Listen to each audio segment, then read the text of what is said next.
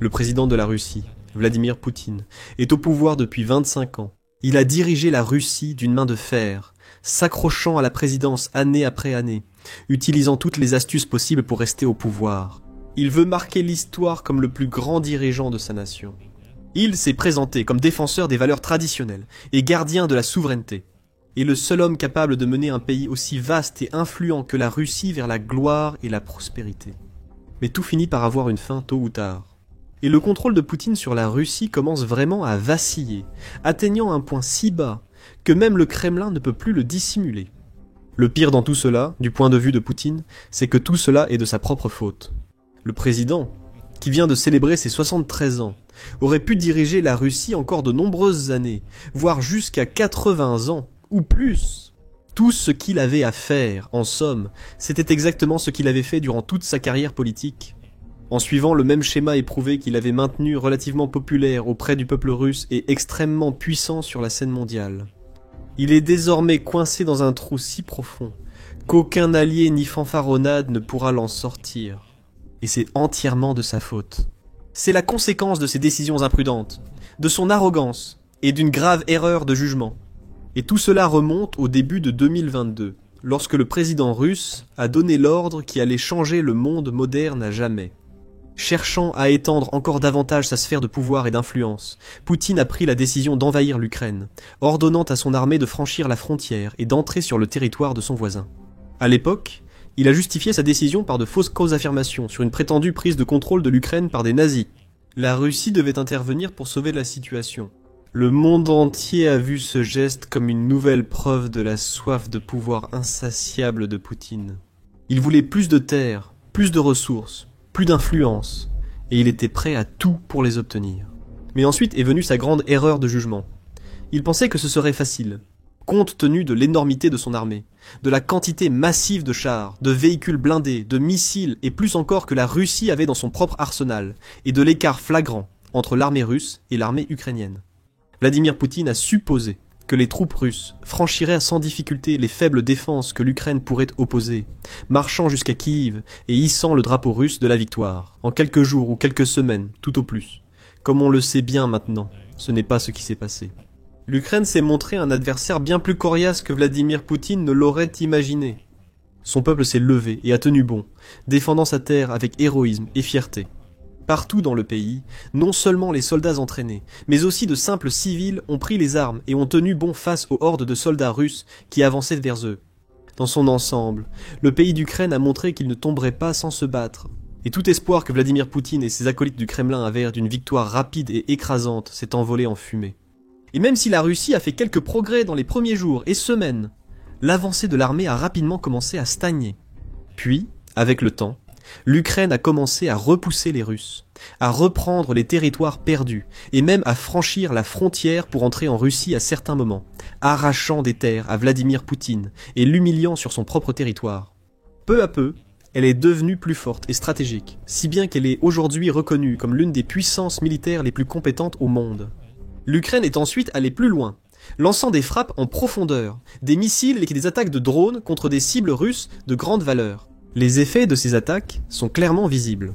La Russie se trouve actuellement dans un état de désarroi économique et fait face à une crise du carburant sans précédent qui ne montre aucun signe d'amélioration dans un avenir proche. Ses capacités de production de pétrole ont été réduites. Sa population paie jusqu'à 2 fois plus cher pour le carburant et d'autres biens qu'il y a seulement 1 an. Avec des drones et missiles ukrainiens plus puissants que jamais, aucune région russe ne se sent désormais en sécurité. La guerre est revenue en Russie d'une manière que le Kremlin n'aurait jamais pu imaginer, même dans ses scénarios de crise les plus pessimistes. Le pays a subi des pertes immenses, dépassant 11 millions de victimes. Un rapport du ministère britannique de la Défense indique environ 332 000 soldats russes morts ou blessés en 2025, alors que l'état-major général ukrainien rapporte en moyenne 950 pertes russes supplémentaires chaque jour qui passe. Par-dessus tout cela, la Russie a été lentement mais sûrement coupée de grandes parties du reste du monde. Les pays occidentaux d'Europe et d'Amérique du Nord ont imposé des sanctions financières, affaiblissant l'économie du Kremlin, alors que de nombreux pays ont également rompu leurs liens avec les banques et les entreprises russes, isolant davantage la nation, son peuple et sa direction. Chacune de ces conséquences catastrophiques est le résultat direct de l'arrogance de Vladimir Poutine. Il cherchait plus de pouvoir et pensait pouvoir s'emparer de régions entières d'Ukraine pour y parvenir. Peut-être qu'une vie à toujours tout obtenir l'a aveuglé sur l'imprudence de cette décision. Même lui peut voir à quel point c'est devenu un désastre maintenant. Et il en va de même pour le peuple russe, dont beaucoup commencent à se lasser de cette guerre et à en vouloir à Poutine de s'y obstiner. En effet, un récent sondage réalisé auprès du peuple russe par le centre Levada a révélé qu'environ 2/3, soit 66% des Russes, préféreraient voir des négociations avoir lieu plutôt que la poursuite des combats. Le pourcentage est encore plus élevé parmi certains groupes, avec 74% des femmes et 80% des jeunes de moins de 24 ans qui préfèrent voir des pourparlers de paix. Seuls 27% de tous les Russes interrogés estiment que la poursuite de l'action militaire est encore la bonne voie à ce stade. Le sondage a également révélé que de plus en plus de Russes se sentent personnellement touchés par la guerre, 58% déclarant que la soi-disant 22% affirmant avoir été fortement affectés par celle-ci. Certains ont cité le fait qu'ils avaient perdu des proches dans le conflit, par exemple, ou vu des personnes de leur entourage blessées. D'autres ont évoqué la dégradation de leur situation financière depuis le début de la guerre. Certains ont déclaré que la situation avait détruit les liens familiaux et causé de grandes souffrances mentales et émotionnelles. Même au plus haut niveau, divers élites russes, oligarques, généraux et autres personnes en position de pouvoir exprimeraient des sentiments de fatigue, de frustration et de déception, vu le déroulement de la guerre et la gestion continue du président Poutine. Plus ces ressentiments et frustrations croissent, plus la situation de Poutine empire. C'est pourquoi il a fait tant d'efforts pour contrôler le récit à l'intérieur des frontières de la Russie, en contrôlant et en restreignant l'accès à certains sites d'information et plateformes de réseaux sociaux, afin d'empêcher le peuple russe de connaître la vérité. En leur répétant sans cesse, à travers ses grands discours, la guerre est nécessaire, les morts ont servi une noble cause, et la Russie progresse vers la victoire. Mais il ne peut pas cacher le fait que la guerre a duré bien plus longtemps que lui, ou presque n'importe qui d'autre ne l'avait prévu, et qu'elle pèse toujours sur la population russe et épuise l'économie du pays. Et plus le temps passe, plus les gens voient facilement à travers ses mensonges et sa propagande. Il y a quelques mois, au début de l'été, la Russie lançait ses plans pour sa grande offensive estivale. C'était censé être l'offensive décisive, celle qui clôturerait tout. La dernière grande poussée de l'armée russe vers Donetsk, menant enfin à la prise complète de la région. Les officiers russes capturés l'ont ainsi décrite aux Ukrainiens. Et il est clair que la Russie voulait faire des avancées majeures pendant les mois d'été, alors que les conditions météorologiques étaient chaudes et agréables. Ils ont tout lancé sur les territoires clés du front, des chars aux drones d'artillerie, en passant par de vastes escadrons de troupes fraîchement recrutées. Poutine, quant à lui, a fait des proclamations audacieuses et tapageuses, affirmant que toute l'Ukraine appartenait à la Russie, préparant ainsi le terrain pour la conquête totale du pays. Les médias pro-Kremlin tels que la Pravda ont aussi affirmé que la Russie est sur le point de franchir les dernières lignes de défense ukrainiennes avant la fin de l'année. En réalité, malgré quelques avancées, la grande offensive estivale de Poutine a surtout échoué. Elle a suivi le même schéma que les précédentes offensives russes, se terminant sans réel changement entre l'Ukraine et la Russie. Mis à part quelques parcelles dans les régions de Louhansk et Donetsk, les sites clés comme le centre industriel de Pokrovsk restent hors de portée des forces russes. La célèbre ceinture de forteresses de l'Ukraine, traversant l'ouest de Donetsk et incluant Kramatorsk et Sloviansk, demeure sous contrôle ukrainien. Les analystes estiment qu'il faudrait encore plusieurs années à la Russie pour atteindre son objectif initial de capturer la région du Donbass. Sans parler des décennies de combats supplémentaires qui seraient nécessaires pour une conquête totale de l'Ukraine. En attendant, les pertes de la Russie continuent d'augmenter. À chaque promesse non tenue de victoire par Vladimir Poutine ou le Kremlin, la confiance et la foi dans son régime s'érodent lentement mais sûrement. Cela s'est tellement érodé qu'il ne reste presque plus de croyance. L'histoire risque de se répéter, la Russie préparant une nouvelle grande offensive dans le Donbass. Mais cela pourrait bien être la dernière tentative de Poutine en Russie. Les opposants politiques disent que si cette offensive échoue comme les précédentes, Poutine devra peut-être mettre fin à la guerre ou demander un cessez-le-feu d'ici la fin de l'année. En résumé, les prochaines semaines et mois seront décisifs et influenceront fortement la suite et l'issue de la guerre, d'une manière ou d'une autre. Ainsi, Poutine misera sur ses troupes pour trouver, d'une façon ou d'une autre, un moyen de percer les défenses de l'Ukraine. Comme le détaille un rapport de la plateforme médiatique et groupe de réflexion RE Russie, qui écrit « En 8 mois cette année, l'armée russe n'a pas obtenu de percée décisive sur le champ de bataille. La tentative de percée décisive prévue dans les 2 mois, pour laquelle la Russie a constitué une grande réserve de main-d'œuvre, est une occasion de changer l'issue.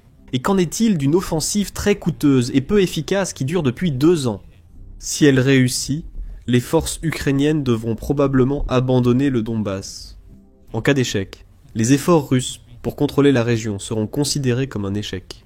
Les 2 prochains mois seront le point culminant de la bataille du Donbass, de 2 ans d'offensive russe, et peut-être de toute la guerre de 4 ans, déterminant durablement l'orientation du conflit russo-ukrainien. Le rapport RE Russie souligne aussi combien la guerre est devenue coûteuse et gaspilleuse. En 20 mois, la Russie n'a conquis qu'environ 6200 km² en Ukraine, contrôlant à peine plus de la moitié de la zone auparavant hors de sa portée.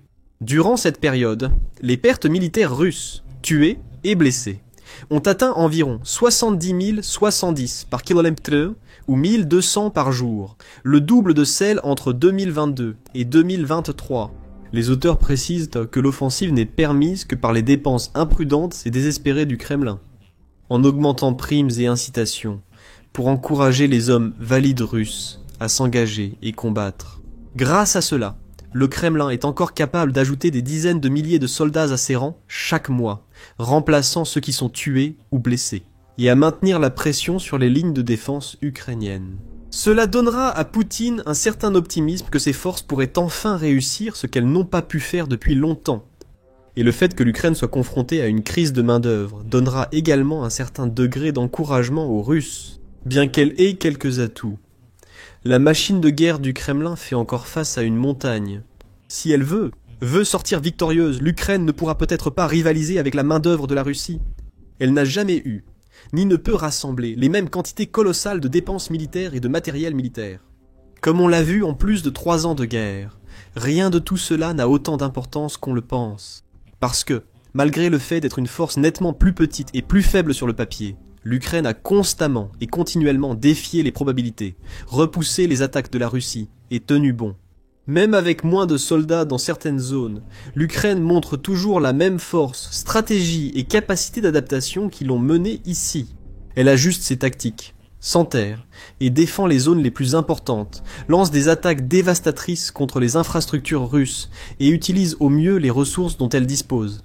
Elle continue également de recevoir un soutien énorme de la part de ses alliés à travers le monde, comme les États-Unis et les autres membres de l'alliance de l'OTAN. Ainsi, toute croyance russe en une percée majeure imminente pourrait de nouveau s'avérer infondée. Si la Russie échoue encore, le soutien à la guerre et à Vladimir Poutine diminuera encore plus. Finalement, on atteindra un point où le chef du Kremlin pourrait se rendre compte qu'il n'a plus la liberté et les options qu'il avait autrefois. Dans son monde idéal, Vladimir Poutine souhaite prolonger la guerre jusqu'à obtenir une victoire décisive. Il aime toujours décrire le conflit comme une opération militaire spéciale dans ses discours et déclarations, car cela donne au peuple l'image d'un conflit maîtrisé. Un conflit dans lequel une force expéditionnaire lointaine affronte un ennemi maléfique en Ukraine, sans vraiment impacter l'économie ou la vie quotidienne du peuple russe de manière notable. C'est exactement comme Vladimir Poutine le souhaite, et ce qu'il a tant essayé d'accomplir. Mais avec l'Ukraine qui ramène le conflit chez les Russes de diverses manières, Vladimir Poutine ne peut plus faire semblant qu'il s'agit de moins qu'une guerre totale. Une guerre dans laquelle son pays a subi et continue de subir des pertes qu'il n'avait pas connues depuis la Seconde Guerre mondiale. Ainsi, puisque le récit de l'opération spéciale a perdu toute crédibilité, Vladimir Poutine n'a plus que quelques options si ses forces échouent à prendre le Donbass. Une option consiste à suspendre temporairement la guerre avant de la reprendre plus tard. Mais cette approche est risquée, car Vladimir Poutine devra aussi gérer des problèmes politiques et économiques internes durant cette accalmie. Mais il devra aussi trouver un moyen de rallier à nouveau du soutien, et de construire une raison valable pour relancer le conflit. Son autre option, et peut-être la seule encore vaguement viable, serait de conclure un accord de paix avec l'Ukraine, idéalement avec des conditions favorables à la Russie, afin que Vladimir Poutine puisse le présenter comme une sorte de victoire. Vladimir Poutine se réserverait essentiellement le droit de reprendre l'invasion à une date ultérieure, lorsque le moment sera venu.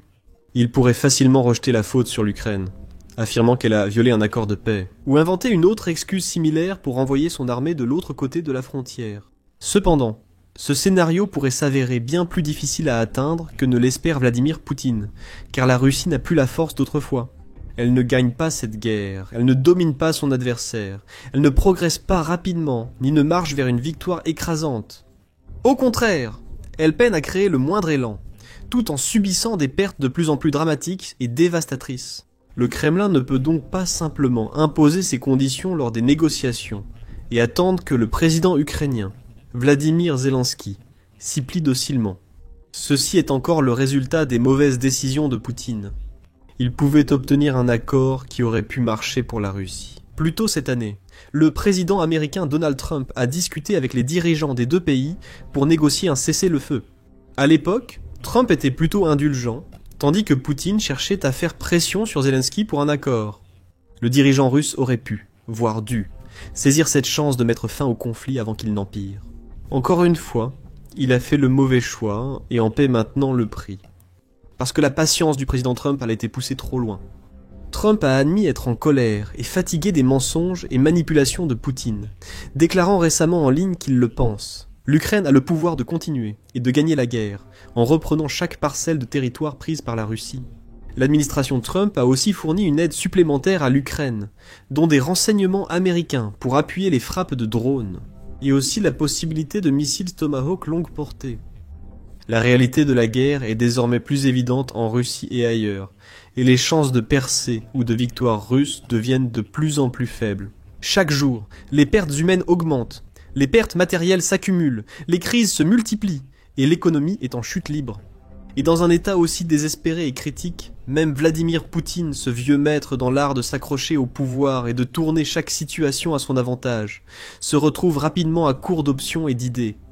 Découvrez dans cette vidéo la pression croissante sur Poutine, alors que des centaines de Russes ont bravé la censure pour protester contre la guerre à Saint-Pétersbourg.